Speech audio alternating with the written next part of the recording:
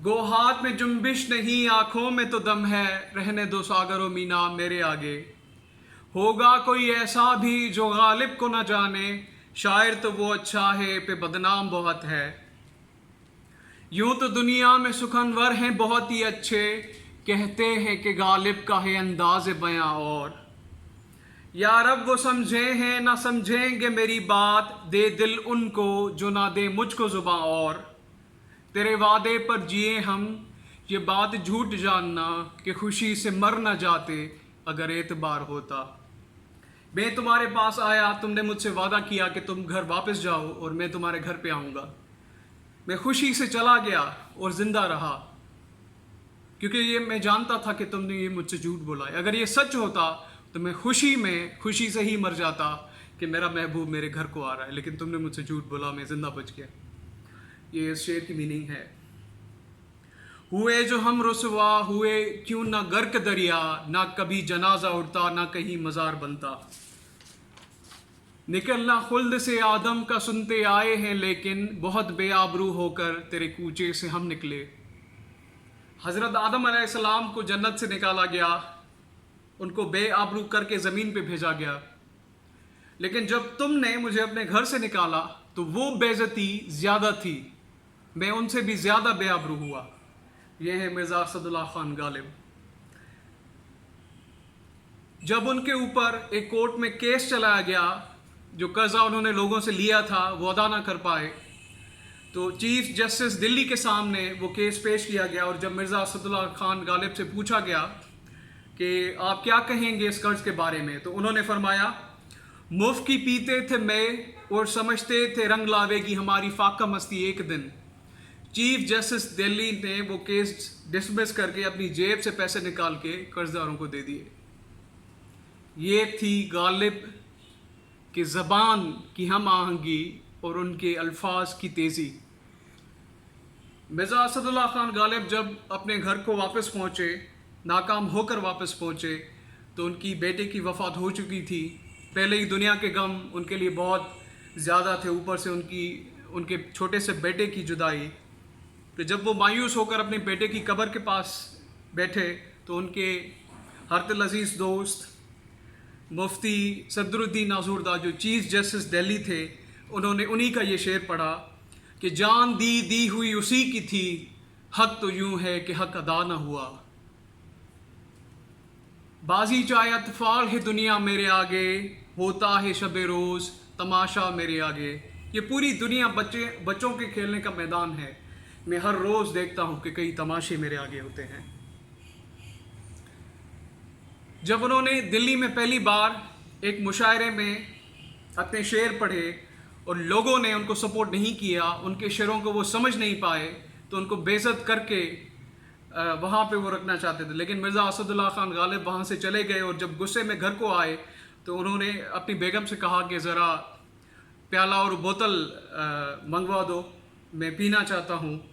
तो वहाँ से उनकी बेगम साहिबा ने अपना मूड ख़राब किया, तो वो वहाँ पे फरमाते हैं, पिला दे ओक से साकी जो हमसे नफ़रत है, पिला दे ओक से साकी जो हमसे नफ़रत है, प्याला ना देते हो ना दे शराब तो दे।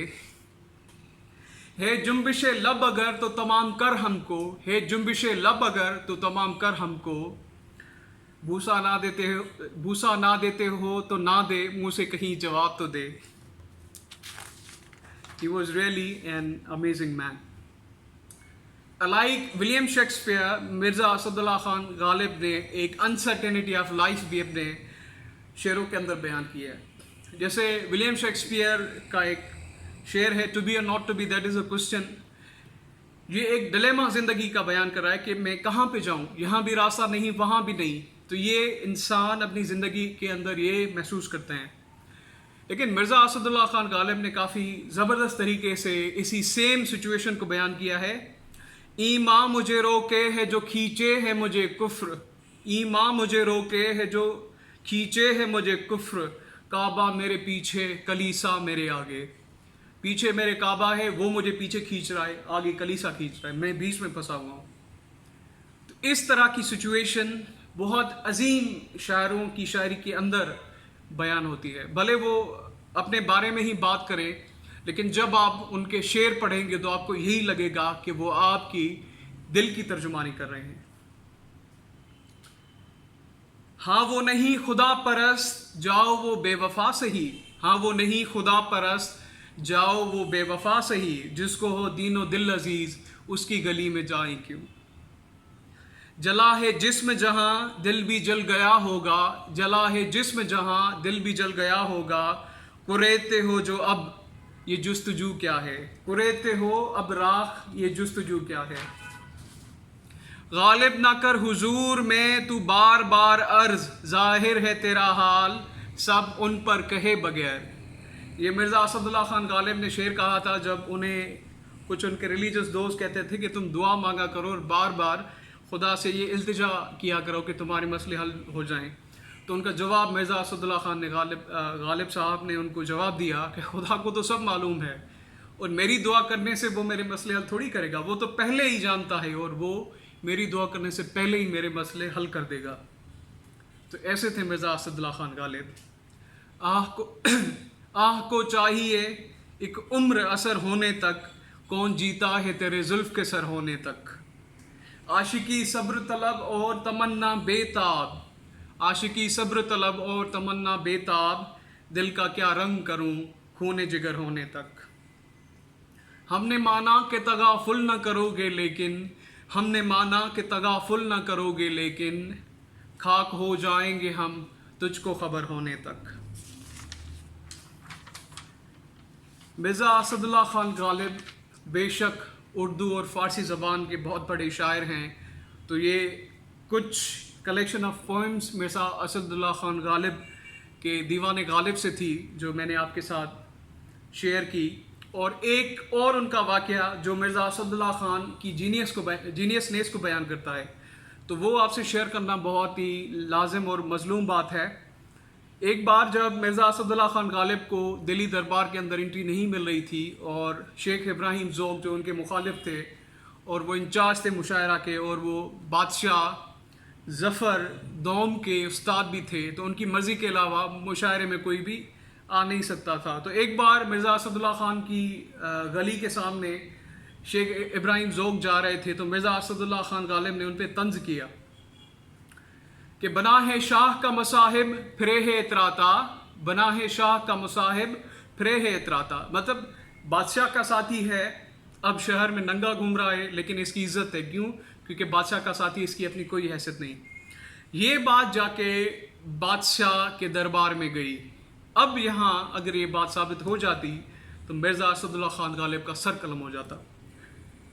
تو شیخ ابراہیم ذوق بھی بڑا سیانہ آدمی تھا، بڑا شاعر تھا وہ خود بھی. تو اس نے کیا کیا کہ مرزا اسد اللہ خان غالب کو انویٹیشن بھیجی، مشاعرے میں بلایا اور وہاں پہ پھر بہادر شاہ ظفر کے سامنے یہ بات رکھی. مرزا نے کہا کہ بالکل یہ شعر میرا ہے لیکن یہ شعر میری غزل کا ایک حصہ ہے. بادشاہ نے کہا کہ پورا شعر سنائیے. تو مرزا اسد اللہ خان غالب نے کہا کہ بنا ہے شاہ کا مصاحب پھرے ہے اتراتا، بنا ہے شاہ کا مصاحب پھرے ہے اتراتا، وگرنہ شہر میں غالب کی آبرو کیا ہے. یہ جب شعر مرزا نے پڑھا تو بادشاہ بھی سمجھ گئے یہ مرزا اسد اللہ خان کی سازش ہے یا حرکت ہے، وہ تو ان سے محبت کرتے تھے. پھر شیخ ابراہیم ذوق نے کہا کہ ہمیں پوری غزل سنائیے. اب پوری غزل مرزا اسد اللہ خان غالب کے پاس تھی نہیں، تو وہیں سے ایک جو ہے وہ بلینک پیپر لے کے اسد اللہ خان غالب نے وہیں پہ وہ غزل بنائی. اس کے بعد مرزا اسد اللہ خان غالب کو پوری دلی کے اندر ریکگنیشن ملی اور یہ دنیا کا عظیم شاعر پبلکلی اس کو وہ مان اور مرتبہ ملنے لگا جو وہ اس کا حقدار تھا. تو اس ویڈیو میں کچھ ہم نے مرزا اسد اللہ خان غالب کے پوئمز پڑھے. تو نیکسٹ ویڈیو میں پوری کوشش کروں گا کہ بہت سارے مرزا اسد اللہ خان غالب کے پوئمز لاؤں جس طریقے سے آپ بہت ساری باتیں مرزا اسد اللہ خان غالب کی شاعری میں سمجھ سکیں، کیونکہ یہ شاعری ہیں جو ہر معاشرے کو بہترین طریقے سے سمجھ کے پھر ان کو اپنے ورڈز میں بیان کر کے اپنی قوموں کو عروج بخشتے ہیں. Thank you so much.